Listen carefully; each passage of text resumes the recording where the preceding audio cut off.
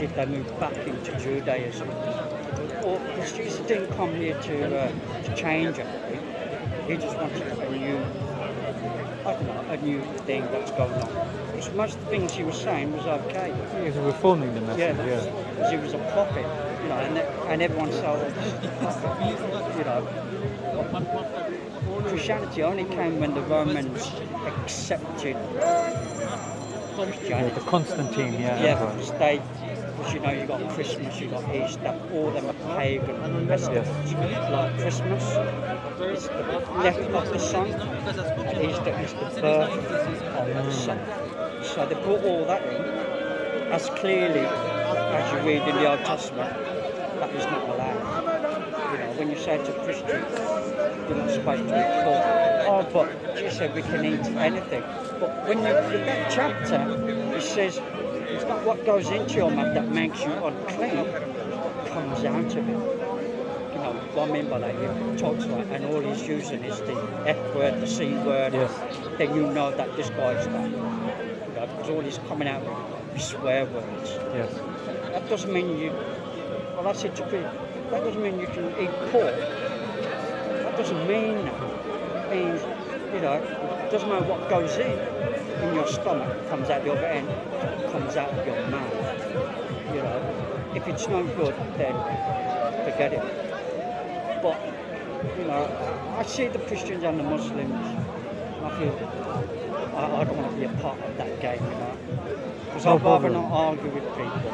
I always say to fellow Muslims and Christians, if you're going to have a conversation, let's have a nice conversation. Because if you start shouting at each other, screaming at each other, when you walk away, I walk away, we learn nothing. And I always say, what have you learned today? Nothing. All I've learned is to learn to shout louder. And I always say to Christians, if you want to know about Islam, go and ask. Ask a Muslim. Go and ask. Yeah. Is this right? Is this right? Yeah. No, I don't want to convert to Islam. I said, no, you won't get converted. Yeah. Because I think, if I'm correctly, I don't know if I'm right. Muhammad said you can go and investigate or of course. prove your facts. He says wisdom is the lost property of a believer. He seeks it wherever he gets it from. So you can get wisdom from anywhere. That's why I say. You know, Victor, this is ironic as well. And this is another claim that I'm going to make now as well, which is Islam is the only religion that claims that it has sayings of the Prophet preserved. Yeah? In fact, we have an entire science called the science of Hadith sayings preservation. And we can confidently say we have 40 to 60,000 sayings of the Prophet compiled in 50 different books. And each narrator, each person that's in the chain, this narrator gets scrutinized. Who's the father?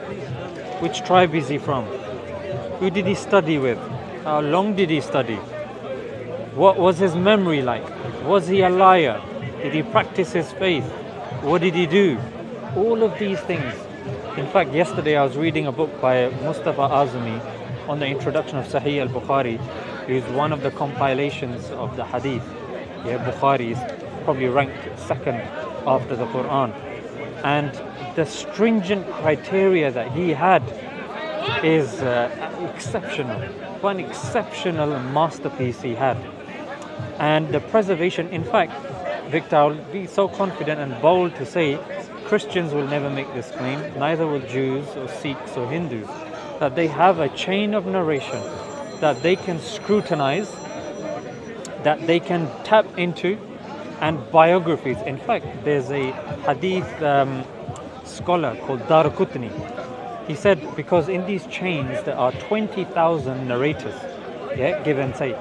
And he says, if all of these 20,000 narrators were standing in front of me, I can tell you their name, I can tell you their father's name, I can tell you their tribe, and I can tell you if they're reliable or not. So this is Darqutni, and his compilation isn't even regarded as the top 6. Like, he doesn't even come in the top 6. Imagine now the top 6. So what this is, this goes back to preservation, which is if it's a final book and you're claiming that, okay, you're making this claim, no problem, we're saying that the Quran has been preserved. Now how can you test this? You can test this through the memory. In fact, last year there was a child, it's on YouTube, as young as 3. This is a 3-year-old child that has memorized the whole Quran. Now there's no other faith that can make this claim that their book has also been mass memorized. In fact, books have been destroyed, they've been written, blah blah blah, but Quran is the only one that can say we have the Quran which is preserved. Sayings of the Prophet have been preserved. But they say, but this is a circular argument, you're Muslims and this, no problem. In fact, we have a manuscript, we have 5 main manuscripts that can be carbon dated to the time of the Prophet. And you might say, but it's probably stuck in Saudi somewhere, it's probably in India somewhere. No, it's in this country, Birmingham University. They discovered the Quran. Yeah. Exactly, and they found it. Yeah, and it's been carbon dated to the previous times, the integral times in which the Quran was actually put in a mushaf form, in a book form. This cannot be done. In fact, if you look at the Bible, the first manuscript that we have is of Mark, and that's actually written 40 years after Jesus. But even before even entertaining that, you say, hang on a minute, was he alive at the time of Jesus? No, he wasn't. He wrote it decades after. Hang on a minute. Like, sorry, he wasn't. No. They came after. Matthew, Mark, Luke, and John came after. So they weren't even alive at that time. Well, Luke was a doctor. So he was associated with the apostles. But if you read all of them, and all of them said the same thing.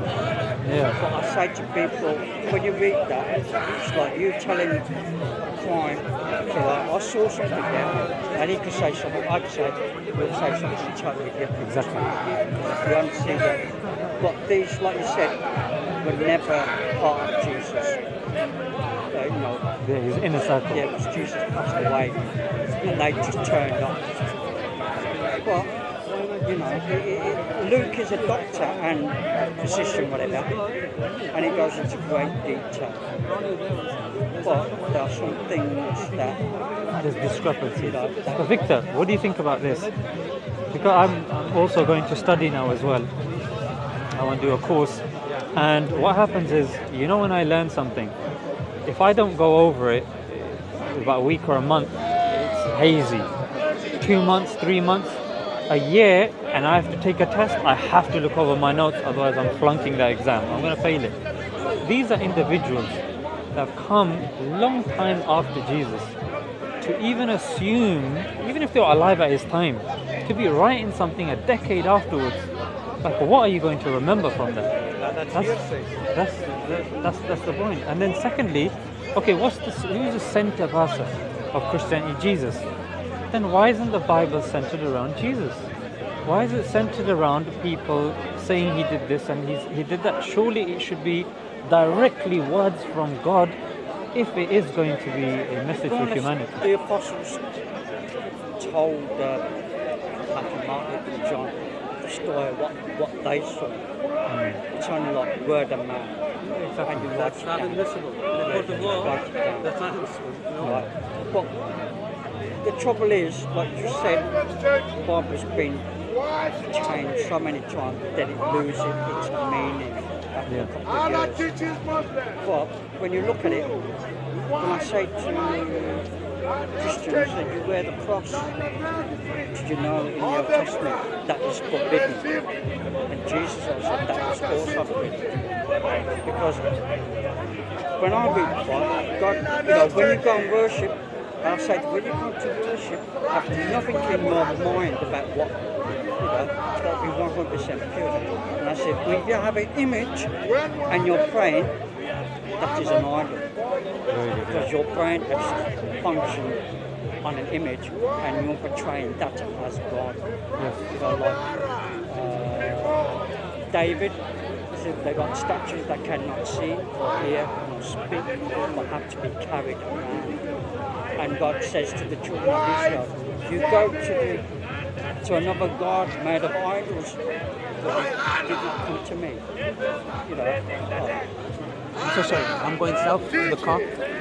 Come Well, now? Come on now. Or when? My wife's going to come in the car. When? She'll go in the back. Let's say in about like 7:15. All right. Latest. Okay. All right. What's your name? Huh? Adele. Oh, it's Victor. Victor. No, this is the main I saw him man. on YouTube. Yeah, you've seen it on YouTube. I like your Mercedes. Which one? So I like your Mercedes. Which one? It's fun. It was a mine. I got Toyota Prius now. Yes. There's a Mercedes car you drive. No. I got Used Toyota to. Prius now. Before that one, Janaza. You got either. Where that crazy woman was shouting at you. Was she? I can't remember. There was a woman There's on. too many crazy That women crazy shouting at woman me. that was in Speaker's Corner, wasn't it? Yeah, just shouting at him and I said, why are you shouting at me for? Yeah. Something, I don't know what. Vic, yeah. You wanna, Sorry? are you going? No. He said around 7:15. I've gone by then. He doesn't have a Mercedes. He used to a long time ago. He now It's been an old video then. he does Uber work. He I mean, just I do stopped watch them. them. That's if they're interesting. I don't. The thing They've is, got something to say, I'll listen. It's just rubbish. I agree with you. I'll just skip something out. But, like, come to me, I believe in God, I believe in the Creator, I believe in angels, I believe that. And I say to people, I say to many Christians, where Abraham, they say that he was talking to God. I turn around and say, no. When you read it there, an angel, three men, where Abraham was sitting there and he saw three men walking towards him. And I turn around, these are angels. An angel can take a human form, not God. The Almighty can never take a human form because we are unclean, not pure. Only God is pure. It's incredible how pure God is. And when I speak to them, they said, well, Abraham was talking to destroy Sodom and Gomorrah. I said, no, I'm talking to an angel. Because remember when Samson, before he was born, an angel came down and said to Samson's mother, you're going to have a child. And his name was, you're not allowed to any alcohol, and his hair will go into dreadlocks, not long hair. And she went to her husband and said, the man just told me I'm going to have a baby. Who's this man? Oh, you've got a problem. And when the angel came back, she ran and told her husband and said, are you the man that told my wife that she's going to have a baby? She says, yes. She says, who are you? They'd speak. Oh, let us cook you a meal. So when they cooked the meal, the fire went off. The angel went into the flame, went off. And Samson's father said, we have seen God live.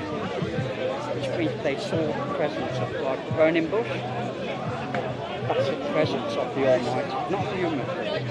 Presence. Because God can come in any place but not as a human. I know you don't believe that, but No, we I believe. You know, with Moses, when God spoke to Moses, in one of the tafsirs, one of the explanations, it mentions that Moses actually described that the words of Allah as if he could hear it from every part of his body. Like it had permeated him. It was a different form of communication that he hadn't experienced before. Because naturally, if you're speaking to the Creator, it has to be different, has to be unique.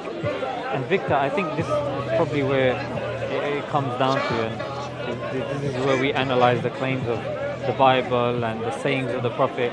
The preservation is really unique in Islam and the authenticity. And on top of that, I would add one more cherry on top, and that is the prophecies of the Prophet Muhammad, peace be upon him. Whilst there are certain prophecies that even Christians will say, you know what, okay, we admit that they didn't come to fruition. However, every prophecy of the Prophet Muhammad, peace be upon him, has hit the mark. In fact, there's a book called Forbidden Prophecies. yeah, I saw him. It's a really good book. And in there he compares prophecies of Nostradamus, of the Mayans, of the I Ching, of Joseph Smith and the likes. And he notices that the prophecies are very vague, number one. And number two, if they're not vague, they can be somewhat predicted by an intelligent person. But when it comes to the Prophet Muhammad, his predictions are deliberately stuff that wouldn't make sense at that time. Like, why is he saying this? For example, at that time, Arabia was filled mostly with the Bedouins and the like. Yeah, the two main empires at the time were the Romans and the Persians, and the Byzantines were there also. And the Prophet, at that time, he said, I predict the time, to the nearest meaning, I predict the time that the barefoot, unclothed herdsmen will compete with each other to make the tallest buildings. Now that time, these Bedouins are thinking, and then one companion asked, like, who are these herdsmen? And the Prophet responded with the Bedouins. Yeah. Now at that time, if you made the prophecy about the Romans or the Persians, it would make sense because they were technologically more advanced. Or within the Arabs, if he said it about the rich Arabs. For him to pick the Bedouins. And now, Victor, if you actually look, the three main tallest buildings, the first one was the Meccan Tower, Mecca Clock Tower, yeah, which was at a height of 600 meters. 2 years later, they created the Burj Khalifa in Dubai. Again, so first we got Saudi, second one we got in Dubai. Dubai one is at 800. That's currently the tallest. Now, where Saudi hits back again and says, you know what, we're gonna build one that's even taller, 1,000 meters, and we're gonna call it the Kingdom Tower. And that's what we're seeing today. First one was in Saudi, then Dubai, and Saudi again. So these very people, and you might say, yeah, but how did you know that it was this? If you look at the three contemporary tafasir, which are exegesis or explanations of the Quran, pre they call it the black gold, yeah, the oil that Saudi found. This predates it. You had Qurtubi, you had Ibn Hajar al-Asqalani, and Nawawi, the three main exegesis of the Quran, and they also were unanimous in saying this refers to the Bedouins. And it takes a person to think, you know what, that was pretty spot on. Then he says there will come a time where the Muslims will be like the froth on the sea. And the companions asked him, will we be large, will we be small in number? And he responded by saying, no, you will be large in number, but your value will be very little. Now if you look post-Ottoman Empire at the value and post-Enlightenment, how the value of the Muslims and John Perkins talks about this in Economic Hitman, where he talks about how certain countries are infiltrating their policies with world leaders, and that actually goes to show that Muslims nowadays, how many Muslim countries can you quote unquote say? So that pretty much hit the mark. Deserts will be turning green. Women will be clothed, but they will not be clothed. Sex will be so prevalent that people will be fornicating on the streets, and the greatest amongst you will be they'll be fornicating like donkeys, and the greatest from amongst you are those that will say, look, at least can you do it on the side?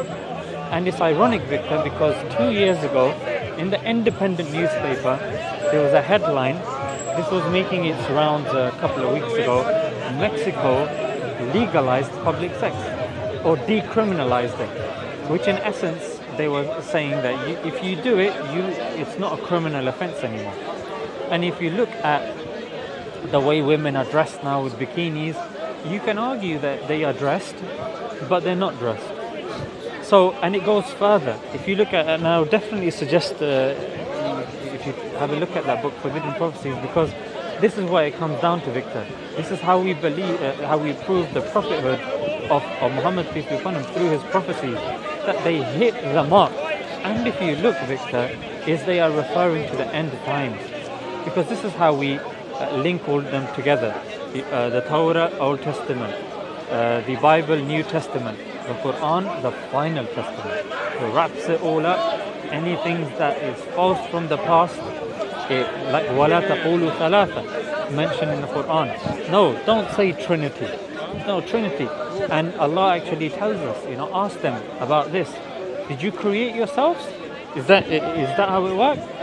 And with the Trinity, and and other challenges. In fact, the Quran puts forward many challenges. The inimitability challenge. If you feel, and this is referring to the Arab, the people that were very good in Arabic, and the Quran put out a challenge saying, if you think you're truthful, produce a verse like it. And then it goes further to say, you will find no contradictions in it. Yeah? So this is a very risky claim. If it's coming from a man, it's a very risky claim, because all it takes is one person, maybe Victor pops up and says, these are contradicting. That's it, false. Or I've made a verse, this is my verse, I've contradicted it. To such a degree, Victor, in the last this is on the last couple of pages in the Quran. It starts with Tabbat yada Abi Lahabin wa tab, which in essence is saying that Abu Lahab, one of the staunch enemies of Islam, will never accept Islam. Now, hang on a minute. This is an individual that wants to see Islam fall, and the Quran has been revealed to say you will never accept Islam. All it takes, Victor, for him to do is, I accept Islam. If he says I will accept Islam, the Quran has been proven to be false now. But he didn't even do that. It didn't even occur in his cerebrum or cerebral cortex to even say this. So what I'm trying to say is, sorry? Yeah, Abu Lahab. So when you look at these prophecies of the Prophet and some of the things that he said, in fact, in one of them, a blind person comes to the Prophet as he's speaking to a person of high stature. And the thing is, the Prophet ignores the blind person, yeah, because he feels that there's going to be more benefit speaking to somebody with higher influence. Thereafter, Allah reveals verses to say, "Oh Muhammad, peace be upon him. How do you know who is going to get guidance or no guidance? Here is somebody that's coming to you that wants to learn. This other individual doesn't want to learn." So the question would then be put forward that why would Prophet Muhammad put verses out in which he is making himself look bad? And then it goes further to say that in fact Jesus is mentioned many times more than himself. So the Prophet's name is mentioned 5 times and Jesus is mentioned like 25 times. So the question is that if you have a lot of Christians at that time, doesn't it bode well for you to be mentioning and bigging yourself up more? I mean, what about all this Jihad business? Yeah. If I'm right, Jihad means fighting the evil within yourself to make yourself better. There's 2 types of jihad, yeah. One is called the minor jihad, and ironically speaking, the minor jihad is the fighting, and the major jihad or the bigger jihad is what you said, fighting against one's desires. Yeah, because I hear many, on television, the jihad fight, and I think Islam says that you're not supposed to kill the women and children or destroy places of worship. Yes. But, I see people doing it, especially ISIS, because I think when I look at ISIS and I think, right, have they misunderstood the Quran or have they just listened to someone and just took it up and said, well, that's right. About looking first to, am I doing the correct thing? Yes. Am I doing this? Very good. There's actually an author called Karen Armstrong. She's written a book called Fields of Blood, in which she promulgates and puts forward this argument that it's not religion that causes violence, rather it's geopolitics, it's the political aspect. And then she gives 2 case studies. Yeah, I think this was in an interview with Al Jazeera. It's definitely worth seeing. She says there were a few people that were kidnapped by ISIS. And she said that those individuals that were there, they noticed that prayer time came, they didn't pray. They asked for copies of the Quran, they didn't have copies of the Quran. To such a degree, she said that they actually, if you look at Iraq, when the war in Iraq actually happened, and Saddam was killed, he had a party called the Ba'athists. And then when he was killed, these parties had to disintegrate and they had to kind of filter back into society. And everything that I'm saying again is being recorded. You're welcome to check it up, the sources and everything. And the defense strategist, I think his name is Mike Flynn. He was speaking to Mehdi Hassan. And Mehdi Hassan put forward this claim that ISIS was created in the prisons of the Americans in Iraq. And he said, yes, I agree with you. Yeah. So that's the way they were created. Yeah. Now ISIS started there. And then John Kerry, who was within the parliament at that time, he says we allowed ISIS to grow because we wanted to use them to put pressure on Bashar al-Assad. Because I see young people, more or less want to join that organisation. And I think, and the elders, I mean when I say elders, I say, oh well, hold on a minute, hold on, you totally got it all wrong. You know, come to my local, let us teach you the proper way of Islam.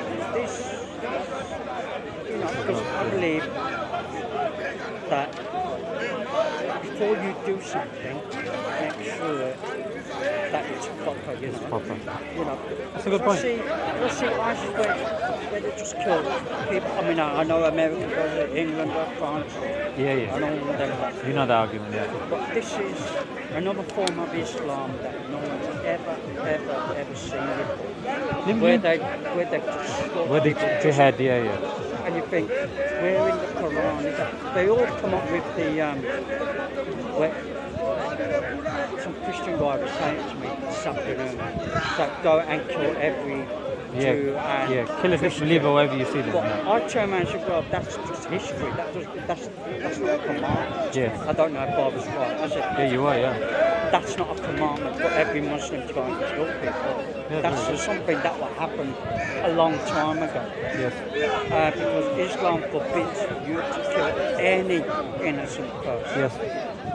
And I said, and when you look at suicide bombing, that is also forbidden in Islam.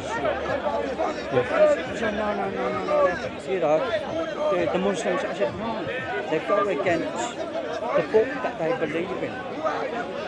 And I say, when, like, if I'm going to attack you, you have every right to defend yourself against me. But I think it was somewhere in the Quran where it said, if a man makes peace with you, make peace with him. And let him go and you go. That's it. You know, that's it. The thing, Victor, is there are certain theologies within Islam, yeah? You've got people who call themselves Salafis. You've got people that follow certain madhahib, yeah, the four imams. And my challenge, and again I've got several cameras overhead, and I'm putting this forward as a challenge from any of these groups, any of these theologies, any of these Muslim backgrounds. You give me one credible academic Muslim scholar that has said that what ISIS is doing is according to Islam. In fact, you will see one of the largest condemnations of the Muslim civilization, I would say now, the Muslim community, is on ISIS. No one says that what ISIS is doing is in accordance with Islam, number one, or number two, that they are even in mainstream Islam. So that's the first thing. Amongst people and academics, no one I've come across says what ISIS is doing is correct. Second thing, what about these people that are going and joining them? Well, the thing is, Victor, I meet many Muslims that are somewhat separate from society. Yes. And they don't have that much knowledge around them, and they're constantly hearing Muslims are being attacked there, this is happening over there, that's happening over there. And it's just certain people aren't able to contextualize things and mentally somewhat understand it, and it makes people really angry. Like you've seen even in the park, some people, they get angry very quickly. Some people, they're rational, they think, they're calm. I mean, like that woman that got on her face. Exactly. I mean, I spoke to her today and I can see why she's antagonistic, yeah. I said to her, I'm not a Christian, I'm not a Muslim. And it felt like she was attacking me. Ooh. You did it, how good you? How about that? Wallah, you go. Come on, bro. Yeah. But I mean, like, she was attacked, and I could see why. But the guy, whoever it was wrong himself. Because I would say, if someone's attacked, same thing. Walk around, don't bother. Because the more you agitate, what's that word? Agitate, aggravate. Yeah, agitate that person, the more angry you're gonna walk away. So I always say to people, you can have a conversation with someone, but if you're shouting and bawling, like I said earlier, you haven't learned nothing. I mean, I've learned a lot from you today, so don't just talking. Yes. So if I was shouting and you were shouting, what would I do? But I can see why. I mean, she's still got that t-shirt. It's supposed to be. The thing is, one interesting thing which is worth noting, a couple of weeks before, Victor, she was slapped, and they were pushing this message that, oh, it was done by a Muslim, it was done by a Muslim. Then weeks later they realized that it was actually a Christian. Because you have to understand that a lot of Christians are very upset and angry with her because she's giving the wrong message of Christianity. And in fact, the person that ran and that escaped and the police didn't catch him, they haven't been able to confirm his identity. So a lot of people are saying, you know what, it's most likely that he is going to be a Christian. Because, Victor, we were here, we were over there, it happened over there, it happened right in front of the police. It didn't make any sense, the way it happened, and it just... Very quick. Yeah, it just didn't make sense. Like, why would you do it in front of the police, and then why would you... There were a lot of unanswered questions there.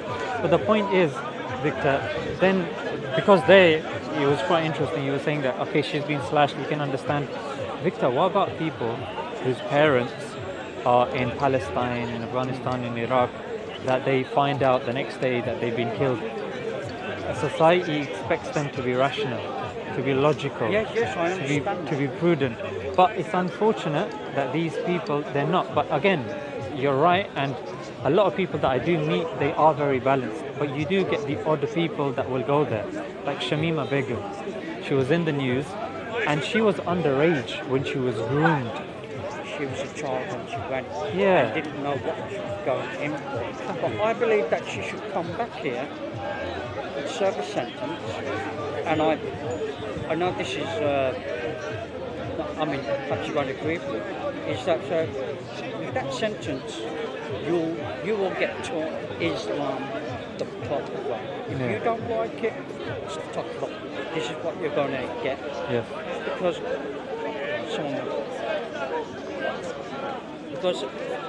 I think she should come back to this country and be charged with what she did, what she was a child then.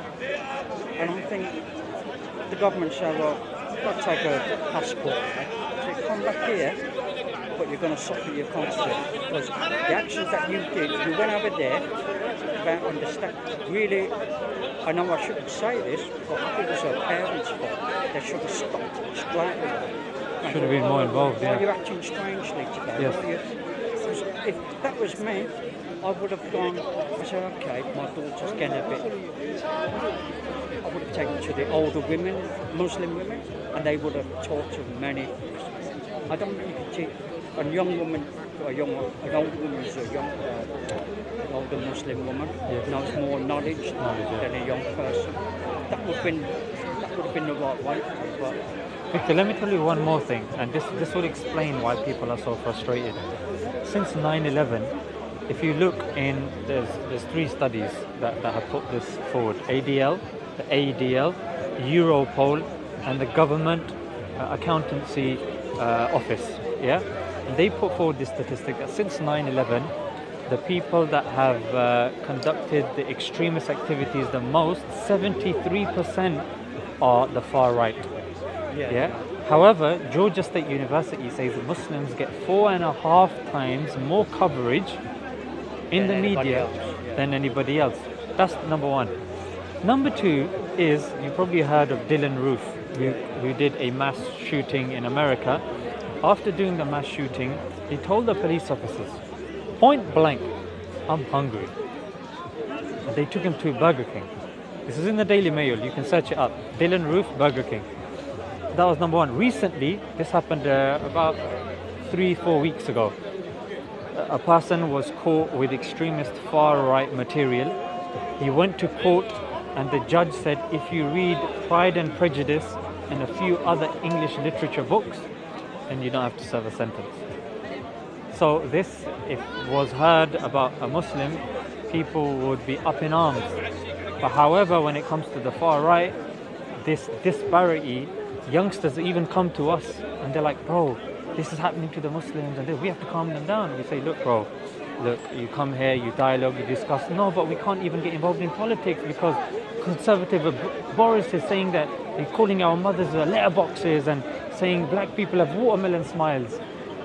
It's true, it's documented. And it took him so long to apologize.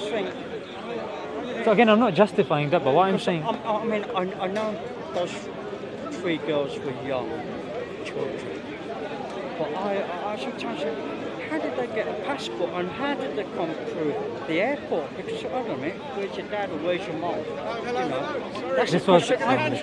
Yes. Assalamu alaikum. Alhamdulillah, how are you? Very good, thanks. MashaAllah, nice to see you. That's the question I would have asked if I was in the airport. I've got an and answer those for 3 that. would say, hold on a minute, where's your mum and dad? No, you're not travelling. Where's your passport? Take them up and put them and say, well, your daughter's here at Heathrow Airport. Can you tell us why she's here? You know, Victor, it didn't happen like that. Shall I tell you why? This was in the Guardian. They're saying that the intelligence, she went with the permission of the intelligence agencies. It's in the Guardian, mate. It's not in one of these Muslim newspapers. Check it yourself. Low-Key has posted it. A few other people have posted it. You can search it up. Intelligence Agency and Shamima Begum. It's in the mainstream broadsheets. I mean, I don't understand how, because I don't understand the Shia and Sunni, because they all seem to be at each other's throat. But I said to one of them today on the bicycle, I said, you're a Muslim, aren't you? He said, yeah. She said, you're a Muslim and Sunni are Muslim.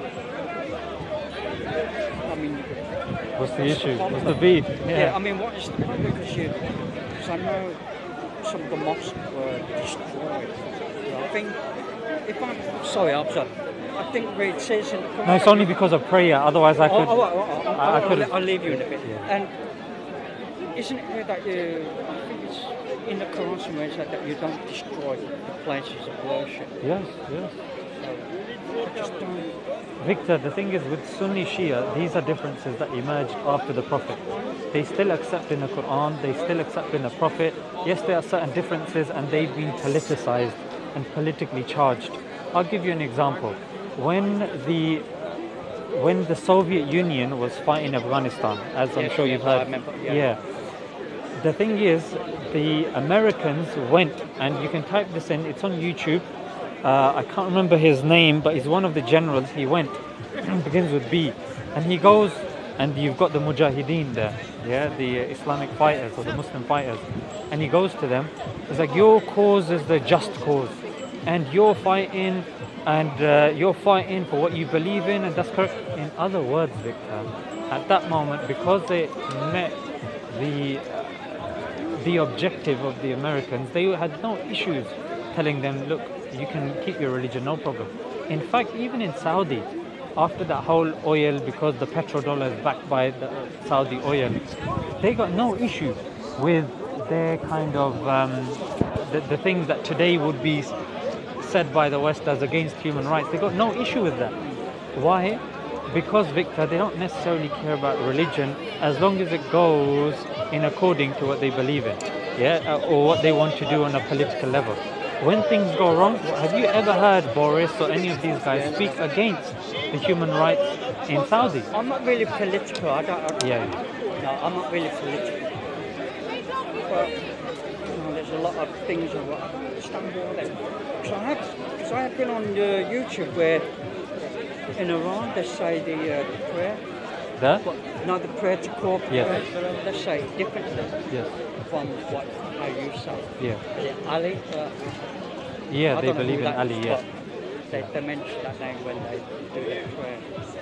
I mean, their mosques are beautiful, colourful, and The thing, Victor. but one thing I don't understand is where they whip themselves. They whip themselves, yeah. Stuff like that, Victor, is logical, isn't it? Any objective person watching it can see, you know what, this religion that teaches us to self-harm, it doesn't make sense. When in the Quran it says, you know, you shouldn't do or you shouldn't consume things that are bad for you. Yeah, that's drinking alcohol. yeah. But I mean, what you're doing, Victor, is the first step they say is to acknowledge what you're doing is wrong. You already did that. Second thing is to start on that path, which you've acknowledged that. That's why you didn't see me kind of probing that too much, because you've started your journey and you're doing that. Your thing might be that, my thing might be movies or something else. But the thing is, the principle is the same. Yeah, that you acknowledge what you're doing is wrong and you start on that path. Yeah, it may take you a week, it may take you a month, a year. As long as you're doing something actively about it, eventually, God willing, you'll get there. But this Sunni Shia thing, Victor, is it's not as big as people make it out to be. Like the fundamental principles are, I would say, mostly agreed upon. Like praying, believing in one God, believing in the Prophet, believing in the Quran. Yes, there are some differences, and some people, Victor, they love talking about differences. That's all they do. Because if you're a Muslim, I've been taught this, that you're supposed to sleep on your right-hand side. You're not supposed to be on It's the the left. Sunnah, yeah. But I said, well, what if you're unconscious in your sleep and you move around? Then that's fine. And they say you need to pillow on your back to stop it from. No. The Prophet, peace be upon him, there's a book called Shama'il Tirmidhi, which means it's talking about his mannerisms and characteristics. And his sunnah, again, there's 3 grades. One is fard, which means it's obligatory. Second grade is sunnah, which means it's something the Prophet did, so it's good, you should do it. But again, it's not obligatory. Third thing is mustahab, optional. And the next thing is mubah. It's not good, it's not bad. Like me holding a bottle up, I'm not getting reward for it, but I'm not getting a sin for it. So the Prophet saying to sleep on the right side is a sunnah, yeah, not fard. So the thing is, I asked my teachers this as well. They said, look, obviously you can't control yourself when you're asleep, and to assume that you can control yourself is contrary to the understanding of sleep, because you're unconscious, you're resting yourself. So they say, look, start off sleeping on your right side, and then whatever happens to you in your sleep, no problem.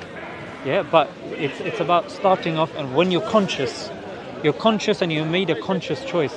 For example, if you're eating pork, it's forbidden.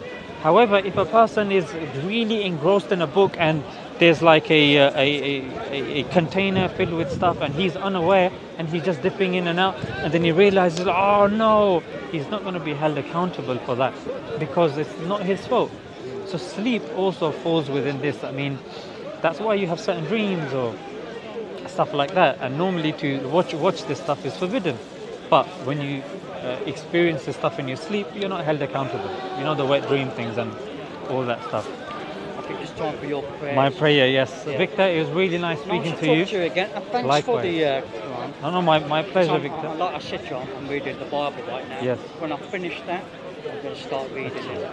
But what I don't know how many chapters are, but I'm going to read 5 pages. Yeah, do whatever you can. The thing with the Quran, Victor, is you can dip in and out wherever, and then, like, let's just say there's And you're certain... supposed to put it somewhere high. Yeah, out of respect, of course. Yeah. So I haven't got anything higher than that. I live in the basement flat. Yeah. You take care of yourself. you look after yourself Yeah, too, Victor. yeah. Really nice speaking to you, and we'll be here. If I'm not here, you can speak to Ali. He'll be Well, here. as well. I haven't been coming here for some time because Yeah, crazy and yeah, stuff's yeah. gone. You know, so I said, no, I'm going to leave it. I haven't been back for a whole year. So I thought, crazy shouting and falling. I don't want to listen. Yes, I think now it's a little bit calmer. yes. Because I think what happened to whatever. Yeah. People have calmed right down. Yeah, I hope so. I hope it You lasts. know, I mean, you get some crazy people here. But there's like me, Ali, Muhammad Hijab. I mean, Yeah, because the guy that was standing there, I see him on YouTube. exactly. Yeah. I mean, where it was So calm. when I'm got nothing else better to do. It's because This guy, he's a great job. yes. So, anyway, what's your name again? My name is Zishan. Jihad. Zishan. I've got a channel called Smile2Jannah, which you can check out. Smile2Jannah. Jannah is paradise. Yeah, so Smile2Jannah. Jannah is paradise. So I kind of take a more comedic stance. Smile2Jannah. It's smile.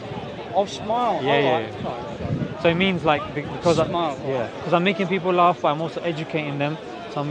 So it's pretty much like you're smiling to paradise sort of thing. now people see me talk to you, they probably think I'm a Muslim. Yeah. Nah, to be honest, I don't think they'll think that because I speak to all sorts of people there. Like promotion going on again. Oh yeah. That's Speaker's Corner for you. Alright, Victor, you take care. You have a safe journey. I'm just gonna have a walk round. Brilliant. There's nothing on TV. Yeah. I'm just gonna go and pray. All right, then, you take I look care. after yourself, Victor.